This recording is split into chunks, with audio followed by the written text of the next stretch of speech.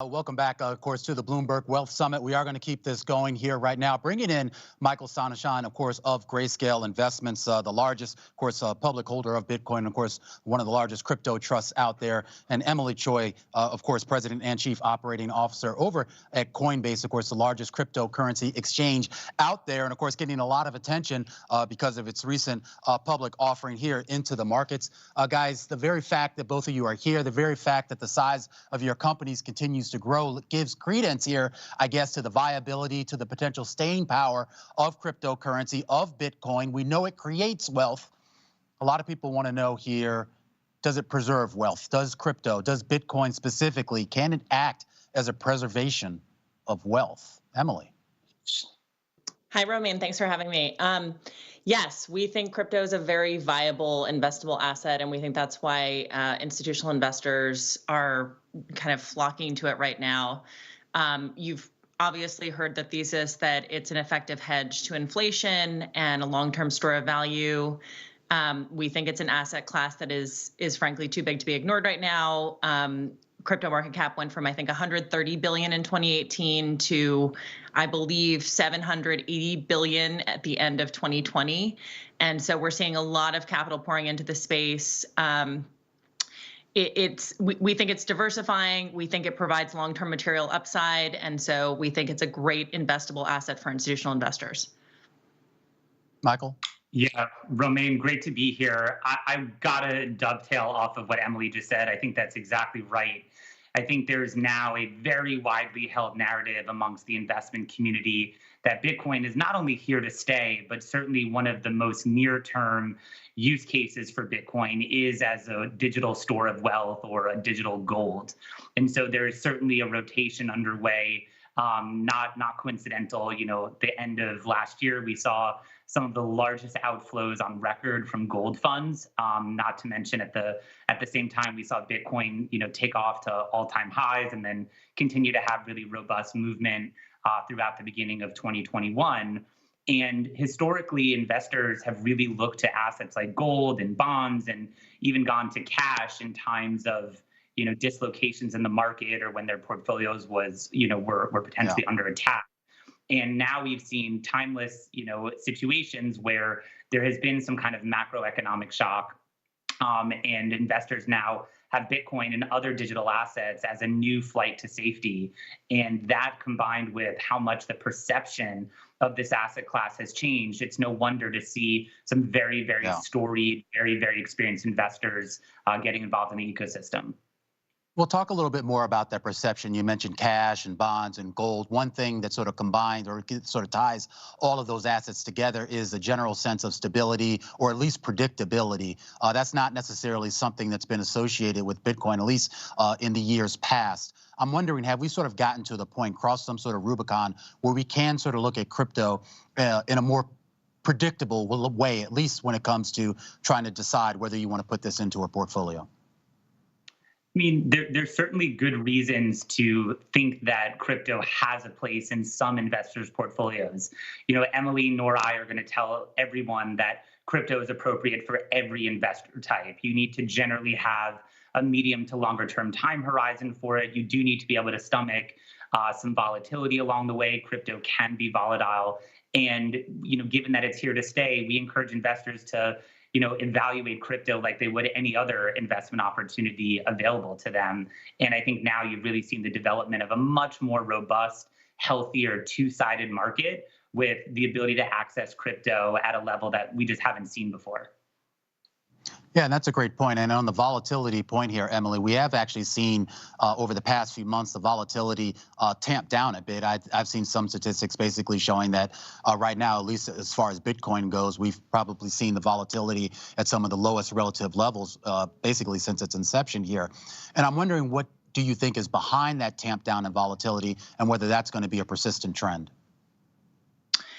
Yeah, so just to take a step back, because this is something that I would want to understand if I were looking at this space, there have been 4 major cycles. So there is sometimes, these short-term swings in volatility. But then over time, if you look at the kind of longer term trend, you'll see kind of a steady increase in trading volume and crypto asset prices, and then just general awareness and involvement over time. And so even if in a recent cycle, there's kind of this downturn in volatility, we still think that the asset class is growing, and that's a feature of growth, right? That there's going to be some level of volatility. And so, as Michael said, you have to kind of view this as a medium long-term investment to kind of feel like you're going to get that kind of rise up in the asset class. And that's something that we all very much believe in, because we've seen it historically now 4 times through this whole cycle, through these 4 cycles. Both of you, or both of your companies, I should say, effectively make it easier to buy crypto, to invest in crypto here. When you see, or when you hear from clients, or you hear from people who are interested in this space here, are they looking more to invest directly in these crypto assets, meaning buy the coins themselves and keep them themselves? Or are they more looking for an exchange traded product like the one you have at Grayscale, or just some other sort of, I guess, a secondary way to get into this market without actually holding the coins itself? I'll take a first crack at that. I mean, I think it really depends, Romaine. I think certainly, Grayscale, our entire business model is very much predicated on offering access products. So, we have 14 unique offerings where investors can access cryptocurrency without needing to figure out where to buy it, how to hold it, how to safekeep it, and instead are investing in a security, has a QSIP, audited financials. In certain instances, it's also publicly traded. And I think what we've seen is a real evolution where typically your more institutional investor historically has only been able to invest in these types of structures because their legal and operational mandates don't allow them to hold bearer instruments. And what we've seen over time is not only a lot of those institutions who've worked with Grayscale now also working with institutions like Coinbase, because they've either amended their rules and regulations to allow them to get involved in crypto directly, or in certain cases, they've actually opened up new entities that have the wherewithal to do that. And so we've actually seen quite a great partnership between my team and the Coinbase team, where you're seeing some kind of core holdings held in products like Grayscale offers, but then maybe also gaining some exposure to the digital assets directly that may be in a more tradable, more liquid format. Emilie? Yep. Agree with all of that. And then, and obviously Grayscale is a great partner to us. Corporations are coming to us for 3 main reasons right now. They're coming to add Bitcoin to their treasury. So we have a bunch of different types of institutional clients. Corporates like to add Bitcoin to their treasury, as you've seen this recent trend. They're engaging in the digital economy. They're conducting commerce with digital assets. They're thinking about crypto payroll. They want to also then enable their clients to buy, sell, and store crypto. And that's the kind of the macro institutional lens. That's what they want to be able to do with us. And to your point about, do they want just like, to kind of be able to press a button and have it all work? Yes, in some cases. But as Michael said, there's a whole plethora of different types of clients. There are some that want to have to be able to kind of invest directly in certain types of crypto. There are some that just want to be able to kind of have a portfolio approach to it and want somebody else actively managing that. So we're seeing a whole, it's reminiscent of other asset classes that we've seen as they develop. And so we're here to kind of serve them all in whatever way they want. What type of companies or corporations are approaching you, and are they approaching you in a way where they're actually ready to do this, or they're approaching you more so to find out a little bit more information about how to do it? What we're seeing is that the companies that are coming to us are, you can imagine, a little bit more on the kind of tech forward spectrum. They recognize that they typically have very, very large cash balances, and they want to diversify a bit, especially as an inflation hedge. And so we think that this is kind of, they're going to be the types of companies that set the trends, and then others might follow. And so you saw MicroStrategy, you saw others. We're going to see more and more like this. I think we're having a lot of those conversations actively with tech forward companies, and I think you have some of them are very. Absolutely, and you have some that are obviously very forward-thinking. I mean, you mentioned Michael Saylor, of course, over at MicroStrategy, and of course, we've heard from Elon Musk and Jack Dorsey and a few other CEOs who have clearly shown an ability or a stomach to embrace this. There is still a volatility concern here, and there is still a longer-term issue of when you put this on your balance sheet as an asset, particularly something that is going to be right alongside cash here. how does that volatility sort of feed, or the potential volatility, I should say, feed into the expectations of investors? Are there concerns being raised there at all?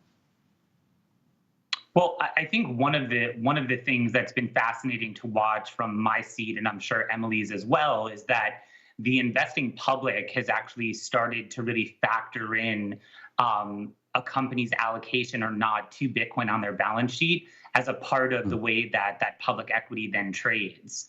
And it's been really interesting to see that, because in instances like Tesla, we just saw that it had a material impact on their most recent quarter. And I'm sure that's also been baked into the way that Tesla stock has been perceived by investors. But it's important for most people to remember that these are still pretty small allocations on these balance sheets. Today, if you're a corporate treasurer or a CFO, you're on a perpetual hunt for yield. And it is not an easy environment to navigate. And so if you were to rewind the clock a few years ago and realize that you probably would have been laughed out of a boardroom for suggesting that the company allocates to Bitcoin. But today you can certainly do so, quite easily with regulated counterparties, and do so in a way that, dovetails with your corporate governance. That's really why you're seeing so many of these individuals wake up to that opportunity. And absolutely. And if you have a board, of course, it's willing to sort of listen to that, or a board that's also forward thinking, you're still dealing with perception issues. I mean, I'm talking to you on a day where less than an hour ago, the price of Dogecoin had just jumped like 50%. And I'm wondering, when you look at some of the secondary coins out there, whether it's a meme coin like Dogecoin, or whether it's some of the drama going on with Ether and Ethereum, whether you see that as a distraction at all to maybe some of the progress that's being made on Bitcoin and some of the other more stable coins, no pun intended, or whether you can sort of coexist in that space, that legitimacy still exists on the same day where a Dogecoin jumps 50% in a matter of minutes. Well, so, I'll get started there. I think, Romaine, what I've seen from my seat, and curious for Emilie's perspective as well, is, probably about 24 months ago, we started to see this recognition amongst investors that there was going to be a full-blown bona fide asset class, and that it was not just going to be Bitcoin. And so investors typically were making their first investments in this ecosystem in Bitcoin because it's where they did the most homework, had the most comfort, the most resources were available to them about it. And then we started to see real bid for diversification within crypto, right? So we're talking about investors not only diversifying their portfolios by having crypto, but also diversification within their crypto holdings as well. And so the emergence of other use cases, other real world applications on protocols like Ethereum and others have caused a lot of investors to move into additional assets as well. And I think what we've seen recently, things like NFTs, the emergence of DeFi, these are starting to cause investors to really pay attention to a broader part of this ecosystem and realize that it's not necessarily going to be a winner take all scenario, just having exposure to Bitcoin. Emilie, you had a thought? Yes. I mean, I think, it's funny, as we were kind of going public, I think the number one aha moment for investors looking at Coinbase stock was, wow, we didn't realize what percentage of your revenue was attributable to non-Bitcoin. Now, we love Bitcoin and we love all these other assets. In fact, that's the reason that I joined Coinbase. I think being a platform for assets is the place to be, because we can't be arbiters of which assets are going to kind of pop and not. And I think that's the thing with Dogecoin and these other things is the market kind of decides. And I think that's kind of the cool thing about it. For Coinbase, we want to be the Amazon of crypto assets, right? So we want to, as long as they're secure, as long as they meet certain quality thresholds, we want them all on the platform. We want to be asset agnostic in many ways. And so that's the thing. I think folks, when they first come into the space, as they start to see these other things, I think it's actually a feature, not a bug, that these different assets or NFTs or whatever, they create momentum in the space. And I think that's healthy to kind of bring the space to new levels. And so I think it's a great thing overall. So, Emilie, then I am curious. It's interesting your comment about being platform agnostic. Recently, you added, I believe, Coinbase Pro added Tether, I believe. Can you just give a little insight into sort of what the decision process is? Is it basically just, is there some sort of vetting that you do, or is it just about if the demand is there, you'll do it? What's the process? Yes, we do have a process. It's called the digital asset listing process. And we actually partner with other exchanges so that it's something that is kind of broadly accepted. And we essentially look at assets and we say, if they kind of meet these criteria, for example, an example is, does it have a network? Is it secure? Whatever it is. And we want to automate more and more of that. But based on that kind of collection of different data points, then we will add that asset to our platform. For Tether specifically, this is something where stablecoins have the same function as money, but they're faster, cheaper, and smarter. Tether is obviously a huge portion of stablecoin market cap right now, and so as the Amazon of crypto, we want to be able to add anything that users want that again is safe and secure, and so Tether was clearly one of those assets. Michael, I want to get your thoughts here on the regulatory process, or at least the regulatory thinking right now in Washington. There's been a lot of expectations that at some point Grayscale would move from being an ETP trust effectively to an ETF. There are a lot of people still waiting to see your application. There's still a lot of people waiting to see some signal out of the SEC and the other regulators down there that they would actually be willing to approve that. Where do we stand right now with that? So I'm going to attack that in a couple different ways. So one, Romaine, I'm going to say that from my seat, investors are not waiting for additional regulatory clarity to participate in the asset class. And certainly businesses like Grayscale and businesses like Coinbase are evidence of that. That probably was a gating item for a lot of investors if you look back a couple years, but certainly not the case anymore. I think that there will be more regulation coming out of DC over time. But if investors or anybody is waiting for some entirely new regime of policies and laws to come out to govern crypto assets, I think that they're going to be waiting some time. Regulators have been exceedingly engaged with businesses like mine, businesses like Coinbase are exceedingly up the learning curve on what's transpiring in this asset class. Yet at the same time, I think they've also done a really commendable job of signaling to the market what some of the points of maturation they're looking for in order to get increased comfort for things like an ETF. And so, Grayscale is certainly committed to converting our flagship fund, the Grayscale Bitcoin Trust, into an ETF. But at the same time, we're waiting for some of those signals to come out of DC that they're ready to make those types of approvals. And so historically, they've talked about things like surveillance sharing agreements and a market that's void of manipulation and things like that. And we're making strides towards it, but clearly not quite there just yet. I have a follow-up question to that, Michael, but I want to go to Emilie for a second here on that point, and specifically about the potential creation of an ETF. If we do somehow get to that day where we start to see actual ETF products here, do you think that that would actually take a little bit of a wind out of the sails of investment in the actual coins themselves? Effectively, will the ETFs become the main form of investing in crypto assets? Answer is no. So just zooming back, we think the crypto asset class is huge and is going to be much huger. And so we think that the whole TAM of it is going to grow, whether folks want to participate directly like they do in the stock market, or if they want to buy funds. And so we welcome this development. As Michael said, we think that folks are actively getting into the space to invest in crypto directly. If ETFs are approved, we also think that's a huge moment and a game changer for the industry. And again, we just think that creates more and more kind of growth in the whole segment. And for Coinbase, we partner with ETF clients across the globe, and we will help them custody, we'll help them store their assets safely with us. But in general, we don't look at something where it's some kind of zero-sum game where we say, okay, well, if an ETF is approved, then all of a sudden people stop directly investing in Ethereum.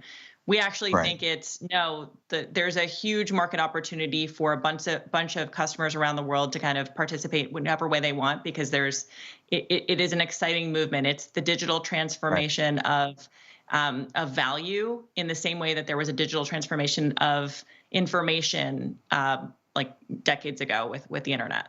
Yeah. That's a good point. So, Michael, I mean, your company, and forgive me if I mischaracterize it, but you seem a little bit more wedded to the exchange traded product universe here. And I'm curious that if we do go down this road of regulatory approval for ETFs, is there a first mover advantage here? I guess, do you need to be first in line here to benefit the most?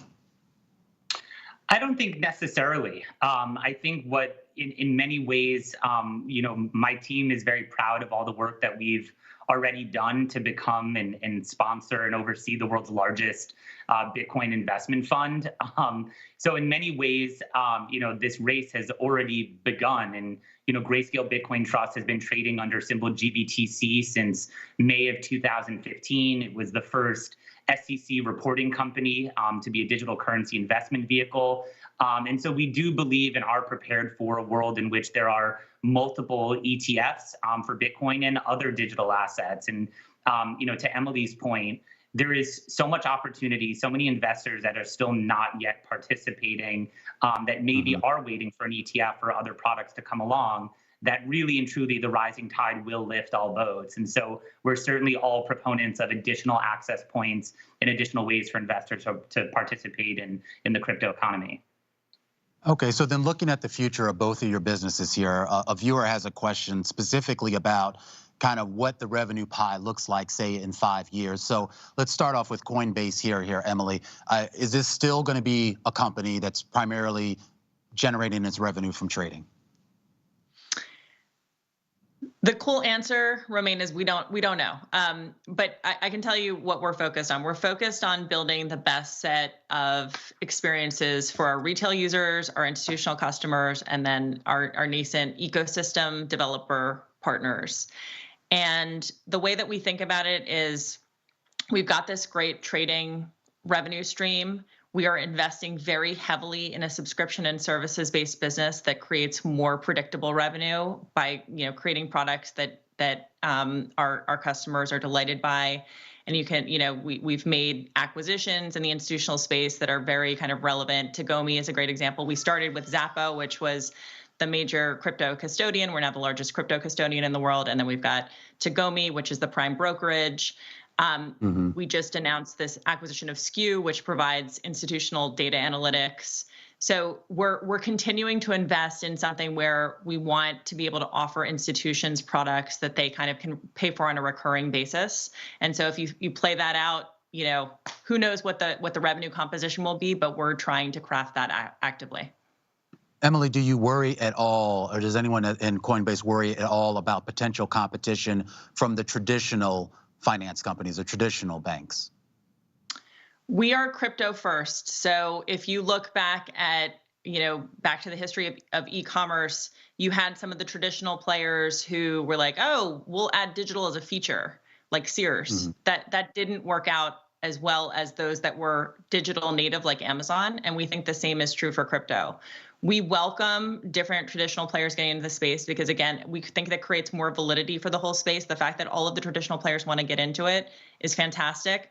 But we think that we can partner with them to enable them to offer these crypto services and offer the crypto infrastructure for them, because it turns out this crypto infrastructure is actually harder to build than it might seem.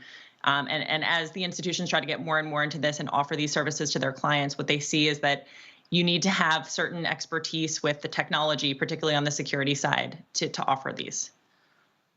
And Michael, your future here, 5 years down the road, is all about assets under management? I think so. I mean, I think, certainly our mission at Grayscale is providing access to crypto through our family of products. And so from our seat, at any one time, we probably maintain 20, 30 different product ideas.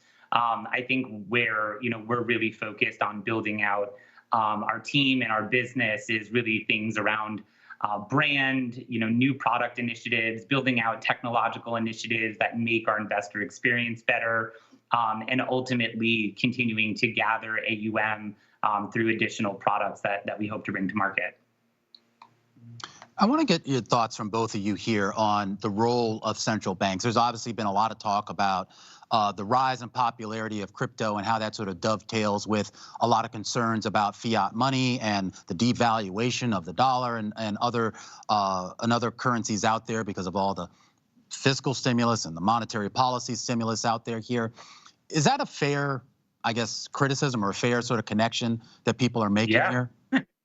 I mean, Okay. if you look back at 2020, Romaine, when Yeah. COVID really brought the entire global economy to a grinding halt in March 2020, you saw crypto crater even more precipitously than other asset classes did. But it demonstrated a resiliency and snapped back even faster and more furiously than other asset classes did. And one of the things that we heard from investors is that they were very deeply looking into aspects of crypto that they maybe weren't as aware of on the surface before this, which was really looking at the scarcity value of assets like Bitcoin and really thinking through whether or not it warranted inclusion in their portfolio, even just based on that one characteristic, as a way to combat all the fiscal stimulus that's been injected into the system. And so that's certainly a trend that I think is going to continue, that does resonate with investors. But I'd also say that it's important from our seat to ensure that the investment community does not confuse the rise of central bank digital currencies and the ways in which they'll be governed and administered as at all being conflated with that of decentralized protocols like Bitcoin. We can spend hours talking about that, but very much so, different protocols to say the least. And so, I mean, what if we get to a point, or I guess at some point we will get to a point where, monetary policy normalizes, maybe in our lifetime. Fiscal policy normalizes, maybe in our lifetime here. If you do get back to a world where we have more normative monetary policy, does that sort of take a little bit of the luster off of crypto as an investable asset, Emilie?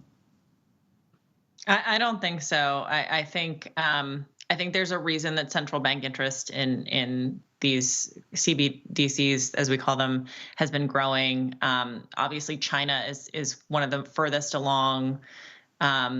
I think I read that something like 85% plus of central banks are investigating digital versions of their currencies. I think this is just it's a natural evolution, like the idea that we have physical paper that we're still using is kind of antiquated. And so I think the big takeaway here is that the ship has sailed, and so we need to kind of get on board with that ship as opposed to trying to fight this trend. And I really hope that the U.S. is at the forefront as we kind of go down this next path with crypto, because I think it's going to be important to be a player in the innovation and the shaping of the space overall. Another question here for you, Emilie, and this is about security, the validation, of course, of ownership of the coins, and concerns here about the potential for being hacked. What security measures do you have to ensure that customers feel safe? Coinbase has been one of the longest running crypto platforms where customers have never lost funds due to a security breach of the platform. So that's what that is our heritage. That's our brand. That is what we spend a huge amount of time and resources making sure we reinforce over and over and over again. We've pioneered industry leading standards for managing private cryptographic keys. We use very sophisticated cybersecurity technologies to safeguard crypto assets. So we feel like this is our value prop to the world, is our ability to kind of make sure that we keep the assets safe and secure. And Michael here, I mean, just to circle back, another viewer comment here, question here about volatility. Again, kind of looking at the current markets today, you're seeing equity markets take a pretty significant dive down, a 2% drop on the NASDAQ. That's a big deal. That's not necessarily a big deal for Bitcoin, a 2% drop here. For investors out there who are actually trying to sort of model risk and model volatility, and more importantly, model the long-term value of something like a Bitcoin here, what do you say to them specifically about the volatile nature of the asset? That it's real and to be expected. I think generally speaking, institutions look at any drops in price really more as opportunistic moments for their crypto exposure than anything else. If fundamentally your conviction in an asset has not changed, but you can suddenly buy it cheaper than you could a day before or even an hour before, that is something that investors are taking advantage of. And so going back to even that March 2020 example I highlighted, that wasn't a day when investors were freaking out that crypto cratered so much. That was a day and a time period where investors were taking advantage of the instability in price to average down or opportunistically add to their positions. And I think that remains true today. All right, we just have a couple of seconds here. Real quickly here, do you ever see crypto going back to being, or I says getting up to being any sort of a transactional type of currency, the way a lot of people seem to think it could have been years ago? Michael? It could be, but please, everyone, in the meantime, just because you're not buying a latte with Bitcoin, do not think that it failed, is what I would leave you with.